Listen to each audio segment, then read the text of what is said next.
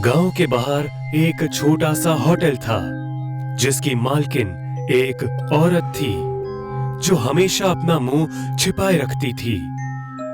गांव का कोई भी आदमी वहां पर नहीं जाता था क्योंकि पूरा दिन और रात वो औरत घर घर खाने की डिलीवरी करने जाती थी। पर एक दिन शाम ने उस औरत के होटल के बगल में अपनी एक होटल खोल दी।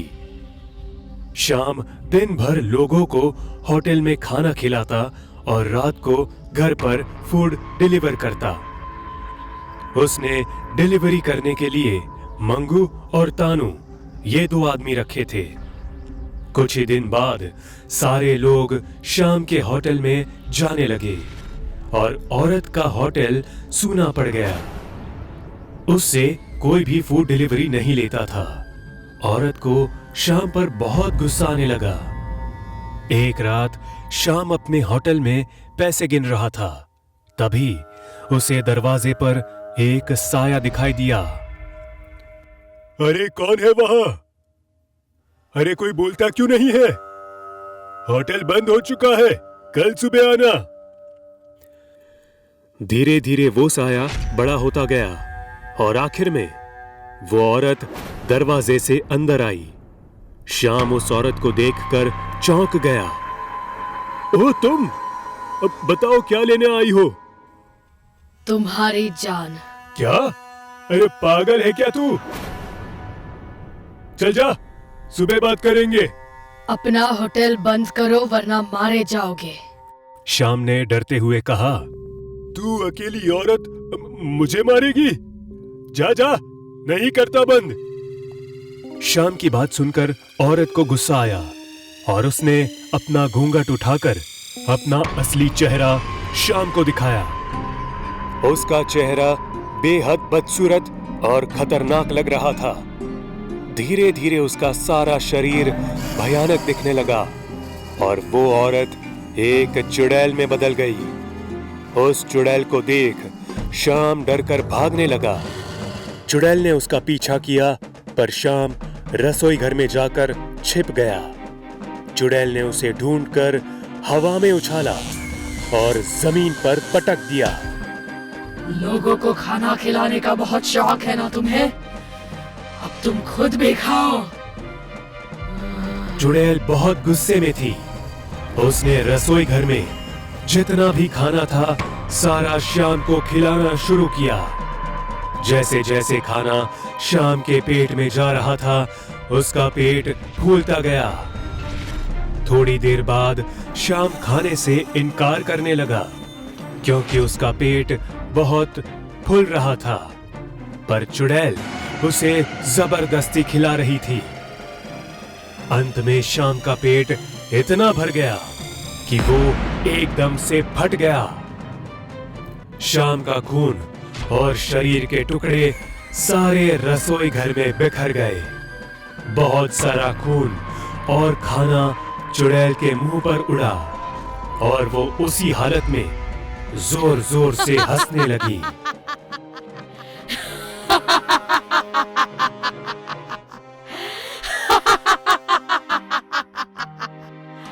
मंगू और तानू अपनी अपनी साइकिल पर फूड डिलीवरी करने गांव की तरफ बढ़ रहे थे। तभी अचानक उन्हें सामने से एक साया उनकी तरफ आता दिखा। मंगू ये देखकर डर गया। अरे सामने भूत है, चल वापस चलते हैं। हाँ बे, भूत नहीं, गांव का ही कोई है। खाना कब तक मिलेगा ये पूछने आया होगा। चल। दोनों ही आगे बढ़ते रहे और वो साया भी उनके नजदीक आता गया। कुछ देर बाद वो साया अचानक से गायब हो गया। अब की बार मंगू और तानू दोनों ही डर गए। दोनों बीच में ही रुक गए। भाई तानू, ये क्या हो रहा है हमारे साथ? अरे मुझे भी समझ में नहीं आ रहा क्या हो रहा है। वो दोनों वहीं पर बीच रास्ते में खड़े थे कि अचानक से ऊपर से वो औरत उनके सामने उड़ती हुई नीचे आई। मंगू डर के मारे चिल्लाने लगा। चुप हो जाओ। ये सब खाना मुझे दे दो और भाग जाओ यहाँ से। नहीं नहीं, हम नहीं देंगे। ये गांव वालों का है और मालिक ने हम पर जिम्मेदारी दी है। ठीक है, तो तुम्हें भी तुम्हारे मालिक के पास भेजना पड़ेगा। मंगू जैसे तैसे करके वहां से भाग गया, पर तानू भागते भागते नीचे गिर गया। चुड़ैल तानू को मारने के लिए आगे बढ़ी। चुड़ैल ने तानू को हवा में उठा लिया और दोनों साइकिल उस पर दे मारी। इसकी वजह से तानू बहुत घायल हुआ, पर मरा नहीं। उसको जिंदा देखकर चुड़ैल ने फिर से दोनों साइकिल उस पर फेंकी और उसे अधमरा कर दिया। तानू का बहुत खून बहने लगा और आखिर में चुड़ैल ने तानू को जान से मारने के लिए उसे एक पत्थर पर फेंक दिया। सर पर चोट लगने की वजह से तानू वहीं पर मर गया। चुड़ैल ने सारा खाना लिया और एक एक करके उसे देखने लगी। इन गांव वालों ने मेरा खाना ठुकरा कर इस खाने को पसंद किया। अब तो उन्हें ये खाना खिलाना ही पड़ेगा।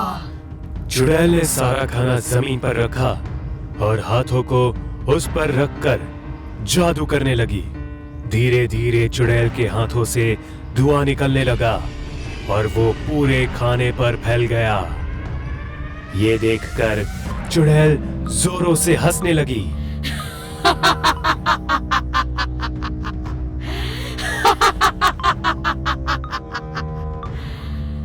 अब मजा आएगा। चुड़ैल वो सारा खाना लेकर गांव में आई और एक घर के सामने आ पहुंची। वो दरवाजा खटखटाने लगी।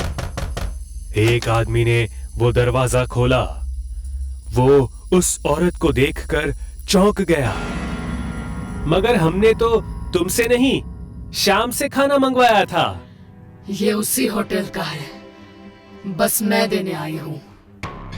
वो आदमी खाना लेकर अंदर चला गया और उसी तरह वो चुड़ैल फिर से औरत बनकर एक एक घर में जाकर खाना देने लगी।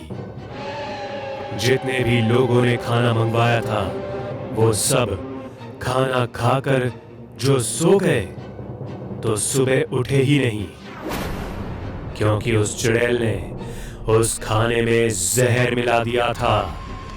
उस हादसे के बाद लोगों ने चुड़ैल के होटल से खाना मंगवाना बंद कर दिया। दूर कहीं पहाड़ों में एक घना जंगल था।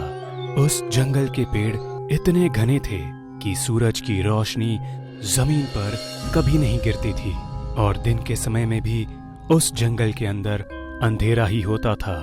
उस जंगल में एक बहुत बड़ा और पुराना बरगद का पेड़ था, जिसके अंदर एक डायन रहती थी। लोग उसे जंगली डायन के नाम से जानते थे। उसका डर जंगल के चारों तरफ फैला हुआ था। वो डायन इतनी खतरनाक थी कि जंगली जानवर भी उसकी आहट से दूर भागते थे। जंगल के बाहर एक झोपड़ी थी जहां नमन उसकी बीमार माँ के साथ रहता था। एक दिन उसकी माँ की हालत बहुत खराब हो गई। माँ, तुम्हारी हालत बहुत खराब है। मुझे जंगल में जाकर वो जड़ी बूटी लानी ही होगी। नहीं, तू उस जंगल में कभी नहीं जाएगा। उस जंगली डायन की वजह से मैं तुम्हारे पिता को खो चुकी हूँ। अब तुम्हें नहीं खोना चाहती बेटा। और मैं अगर नहीं गया तो मैं तुम्हें खो दूंगा। मुझे कुछ नहीं होगा माँ, मैं ज्यादा अंदर नहीं जाऊंगा। नहीं, तुम्हें मेरी कसम है, तुम उस जंगल की तरफ देखोगे भी नहीं। अब जाओ, रात को जलाने के लिए कुछ लकड़ियां लेकर आओ। नमन हताश होकर बाहर आया और कुल्हाड़ी उठाकर लकड़ी लाने निकल पड़ा। वो घर से थोड़ी दूर आया और एक जगह लकड़ी काटने लगा। इतने में नमन को माँ के खांसने की आवाज सुनाई दी। उसने गुस्से में कुल्हाड़ी फेंक दी और कहा, हर बार माँ कसम देकर रोक लेती है, लेकिन इस बार नहीं। आज तो मैं दवाई लेकर ही आऊंगा। नमन ने कुल्हाड़ी उठाई और दौड़ के घर की तरफ आया। घर के अंदर झांक कर देखा तो माँ आंखें बंद किए लेटी हुई थी। उसने धीरे से एक मशाल उठाई और जंगल की तरफ भागने लगा। नमन जंगल की सीमा पर पहुंच गया। दोपहर का समय था और जंगल के बाहर कड़ी धूप थी, पर जंगल के अंदर इतना घना अंधेरा था कि मानो रात हो। नमन ने जंगल में जाने से पहले मशाल जलाई और कुल्हाड़ी और मशाल लेकर धीरे धीरे अंदर जाने लगा। नमन जैसे जैसे अंदर जा रहा था, सूरज की रोशनी कम हो रही थी। थोड़ी देर बाद रोशनी का दिखना बंद हो गया और नमन मशाल के सहारे आगे बढ़ने लगा। वो जंगल बिल्कुल शांत था कि मानो उस जंगली डायन से डर कर चुप बैठा हो। थोड़ी दूर आने पर नमन को इंसान और जानवरों के कंकाल दिखाई देने लगे। वो डर गया, पर फिर भी हिम्मत करके आगे बढ़ता रहा। चलते चलते वो उस बरगद के पेड़ के पास पहुंचा। नमन ने बड़ी हिम्मत करके उस घने पेड़ की तरफ देखा।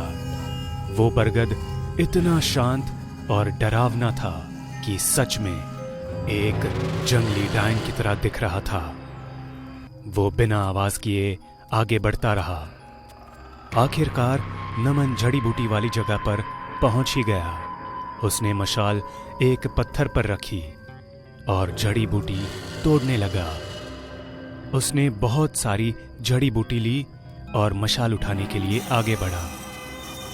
जैसे ही उसने अपना कदम आगे बढ़ाया, उसका पैर एक लकड़ी पर गिरा और वो लकड़ी टूट गई। उस लकड़ी टूटने की आवाज पूरे जंगल में गूंजी। नमन डर गया। उसने जड़ी बूटी कमर से बांधी और मशाल लेकर तेजी से चलने लगा। उसके पैरों की आवाज अब पूरे जंगल में गूंज रही थी। नमन फिर से उस बरगद के पेड़ के नजदीक आया और उसने देखा कि कंकालों की संख्या बढ़ चुकी है। वो भागने लगा और भागते भागते उसका पैर एक कंकाल पर गिरा। उसकी इतनी जोर से आवाज हुई कि सारे पंछी शोर करने लगे। डर के मारे नमन के पैर वहीं जम गए।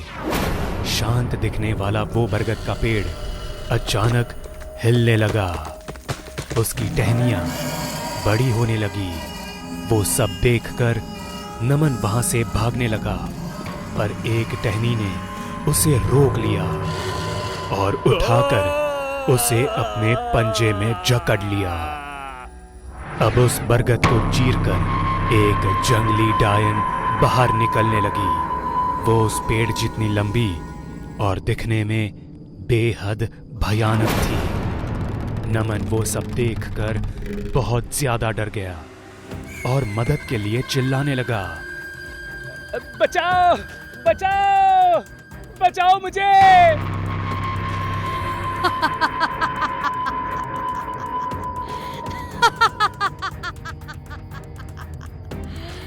इस अंधेरे जंगल में तुम्हें बचाने के लिए कोई नहीं आएगा। आज बहुत दिनों के बाद इंसान खाने को मिलेगा। वाह, तो बड़ी अच्छी बात है। तुम्हें खाने के बाद मैं उसे भी खा जाऊंगी। मरने के लिए तैयार हो जा। डायन ने नीचे पड़ा हुआ एक कंकाल हवा में उठाया और उसकी हड्डियां अलग कर दी। वो हड्डियां नुकीले हथियारों में तब्दील हो गई और डायन के इशारा करते ही नमन के पूरे शरीर में घुस गई। नमन एक झटके में मर गया। डायन ने उसे टहनी से आजाद कर दिया और नमन की लाश वहीं हवा में खड़ी रही। डायन ने फिर से इशारा किया और वो सारी हड्डियां नमन के शरीर से निकलकर फिर से कंकाल बन गई। नमन के पूरे शरीर से खून बहने लगा। डायन फिर से जोर जोर से हंसने लगी। उतने में एक टहनी आई और नमन के पेट में घुस गई। वो टहनी नमन को डायन के करीब लेकर आई। डायन ने उसे खाने के लिए अपना मुंह खोला और टहनी ने नमन को मुंह के अंदर फेंक दिया। डायन नमन को चबाने लगी और उसकी हड्डियों की टूटने की आवाज आने लगी। बाद में नमन की सारी हड्डियां बाहर थूक दी। मजा आ गया। बड़ा मीठा इंसान था। वाह, चलो अब इसकी माँ को खाया जाए। जंगल के बाहर रात हो गई थी और नमन की माँ घर में नमन का इंतजार करते करते थक गई थी। माँ खटिया पर बैठकर सोच रही थी। पता नहीं कहाँ चला गया ये। जंगल में ना गया हो तो अच्छा है। इतनी रात को अब कहाँ ढूंढने जाऊं मैं इसे। इतने में नमन घर के अंदर आया और माँ के बगल में बैठ गया। कितनी देर लगा दी आने में। मैं तो परेशान हो गई थी। अब मैं आ गया हूं ना, चलो हम खाना खाते हैं। माँ उठकर खाना परोसने लगी और अचानक नमन का शरीर डायन के रूप में बदल गया। उस डायन को देखकर माँ डर गई और भागने लगी, पर वो ज्यादा दूर नहीं भाग पाई क्योंकि बाहर उस बरगद के पेड़ ने पूरे झोपड़े को घेर रखा था। एक टहनी ने माँ को उठाया और चुड़ैल के सामने ले गई। मेरा नमन कहाँ है? क्या किया तूने उसके साथ? कहाँ है मेरा नमन? अभी पता चल जाएगा। डायन ने अपना मुंह खोला और टहनी ने माँ को मुंह में फेंका। डायन माँ को निगल गई और हड्डियां वापस बाहर थूक दी। डायन पेड़ में चली गई और वो पेड़ जमीन में धंसकर गायब हो गया। पहाड़ के पीछे से सूरज उगने लगा था। जैसे ही सूरज की रोशनी माँ की हड्डियों पर गिरी, हड्डियां जलने लगी। अधारा नाम के गांव में एक संग्रहालय था जिसमें राजा रोज एक शिकार किया हुआ जानवर और तलवार लाकर रख देता था। उस जगह सिर्फ और सिर्फ राजा के शिकार किए हुए जानवर और तलवारें रखी जाती थी और उनकी देखभाल करने के लिए राजा ने माला और गीता, इन दो औरतों को वहां पर रखा था। एक शाम जब राजा शिकार से लौटा तो वो अपने साथ एक भेड़िया का कटा हुआ सिर लेकर आया। इससे पहले राजा ने जानवरों को सिर्फ मारा था, पर आज उन्हें काटकर पहली बार लाया था। इसके कारण माला और गीता डरी हुई थी। राजा संग्रहालय में आया। वो औरतें वहीं खड़ी थी। इसके सिर को खास तरीके से सजाया जाए, ये हमारा खास शिकार है। सेवकों ने भेड़िए का सिर औरतों के हाथों में दे दिया। उससे अभी भी खून टपक रहा था। राजा ने अपनी तलवार माला के हाथों में देकर कहा, इसे भी खास तरीके से रखना, मैं कल देखने आऊंगा। इतना कहकर राजा और उसके सेवक वहां से चले गए। माला और गीता ने उस शिकार और तलवार को संग्रहालय के बीचों बीच सजाया। आज का तो हो गया। चल खाना खा के सो जाते हैं। बहुत भूख लगी है। रुक, ये देख, तलवार पर लगा सारा खून जमीन पर गिर रहा है। इसे साफ करना होगा। ठीक है, मैं करती हूँ। तू जल्दी जा और खाना गरम कर। जा। हाँ ठीक है, ठीक से करना। हाँ। गीता दूसरे कमरे में चली गई और माला वो जमीन पर पड़ा खून साफ करने लगी।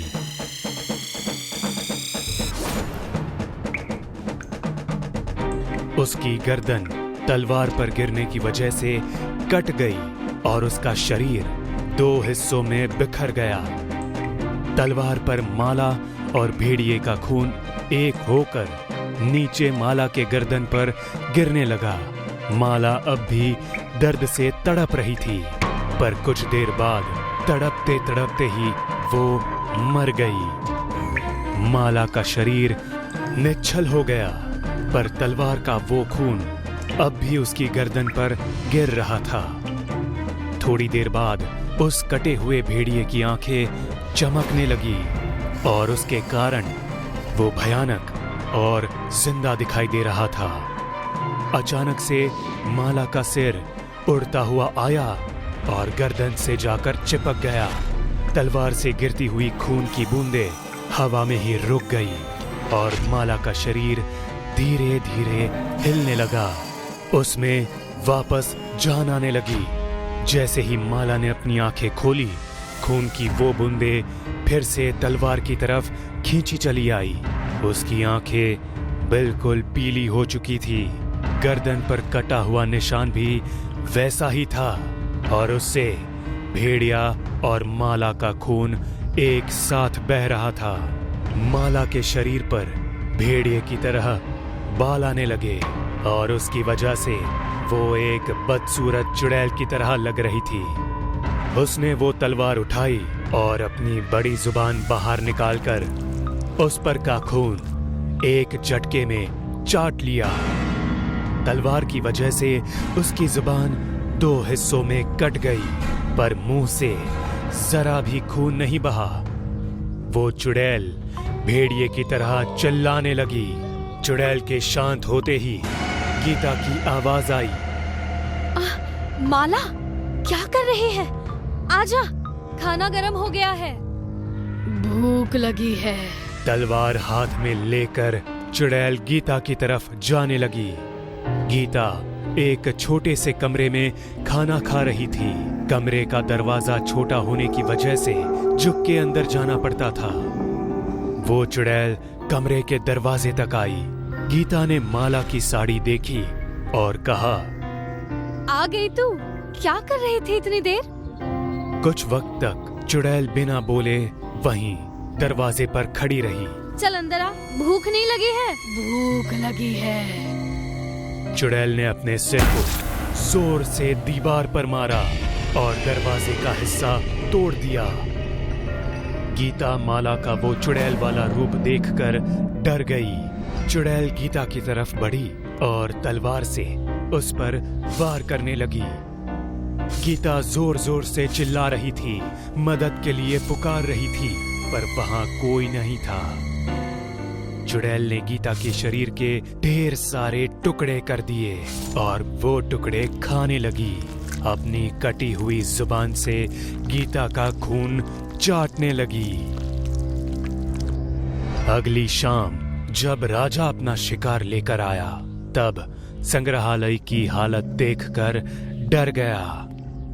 उसने देखा कि कल की तलवार अपनी जगह पर नहीं थी। जमीन पर चारों तरफ खून पड़ा हुआ था। ये सब क्या हुआ? माला, गीता? राजा धीरे धीरे अंदर आने लगा। राजा के 2 सेवक भी डर डर के राजा के पीछे जाने लगे।